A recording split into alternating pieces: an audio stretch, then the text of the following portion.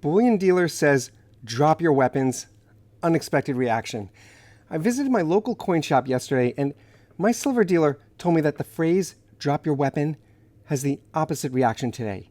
I'm going to break this down for you and show violence, aggression, fear. This is the lifeblood of the world of stacking silver today. This is what my silver dealer was explaining to me, and he's quite a bit older than I am. He's been in this game longer, and he really has a great sense about how world events impact this silver that we spend so much money on, this silver that we focus our attention in swapping out our fiat currency to create these hoards of silver and store our wealth in this metal. This is what he was showing me. Major disruptions in our lives will cause people to feel uncertain. And when people feel uncertain about the future, that's when they put their money into precious metals. This is really key.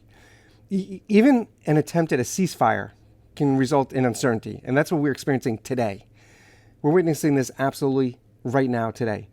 The U.S. tells Israel and Palestine militant groups to hold their fire, and just that simple statement has made the price of silver jump up to the next level. We got a big bump in the silver price today. And that's just from people being told, hey, stop fighting, put down your weapons, right? Any focus on disruption causes the public to feel uncertain, and that uncertainty, this happens throughout the history of precious metals. It causes people to put their money in something safe, like this silver that I'm holding right here. By the way, if you're enjoying this video, please hit like, please hit subscribe. It helps so much. It really helps to get this information out there. Now, here's how it works. Think back to every statement Jerome Powell has made for the past 3 years. Every time that man speaks, Wall Street reacts. If he gives them hope, the market flourishes immediately. The same is for precious metals. Any sign of strife, any sign of disruption in our daily lives, it could be foreign wars, it could be a national protest movement like we've seen, it could be the release of economic data that also came out today. Now, it could be all of these combined together or just a singular event, but silver reacts. Look, this is from Reuters. This is this morning. And this article says, Israel strikes eastern Rafah as U.S. warns a major assault could halt arms, right? Today, our present administration has warned for Israel to not attack certain regions, and if they do, weapons will be withheld, right? So this article says, Israeli tanks and warplanes bombarded areas of Rafah on Thursday. Palestinian residents said after U.S. President vowed to withhold weapons from Israel if it forces launch a major invasion on the southern city, on Gaza City. So just knowing that this narrative is out there, whether or not bombs drop, no matter what happens, when this information is the headlines, this is what you have to look at as a silver stacker. When these headlines come up, it causes people to feel uncertain. It shows that there's a disruption in their peaceful lives, and that's when people go into silver. That's why we get such a big bump in silver price, because people don't like uncertainty. They don't like change. We all feel this way.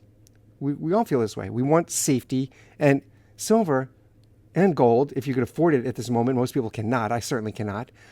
Silver is a perfect, safe store of wealth, and people know that, and that's why they go in whenever we have these conversations, whether or not anything happens. That's the incredible part about silver and precious metals. When you follow the spot price and you're wondering what made this bump, how did this come up, or what made this drop, either way, it's always because of a disruption. And it could just be a narrative. That's the incredible part. It could just be, we all know how the news cycle works. A pundit on mainstream television tells us one thing that is very alarmist, and people feel uneasy. They feel uncertain, and they pull their money from one area and they put it into precious metals. Now, we have a few things piling on top of this concept. And for example, the other tangible asset that people typically go into would be real estate. But no one can afford, especially first-time home buyers, nobody can afford to go into real estate with such a high mortgage rate these days. We're looking at like 8%. Are you kidding me? Who would sign up? Who would go in on that? 8%. If you're lucky, like many people, if you were lucky to have closed in on a interest rate back when interest rates were normal, like 3%, then hold on. That is, don't lose that rate. So people pull out of that tangible asset. They're not going into real estate, to home buying. They're putting their money instead into treasuries, which is showing a high yield lately, and they're putting it into silver. And at the same time, which is really bizarre for all of this, at the same time, we're seeing the dollar show strength. So this crazy world that we're living in is really throwing what we thought was a typical cycle for metals is actually shifted in a way that is making all of our heads spin.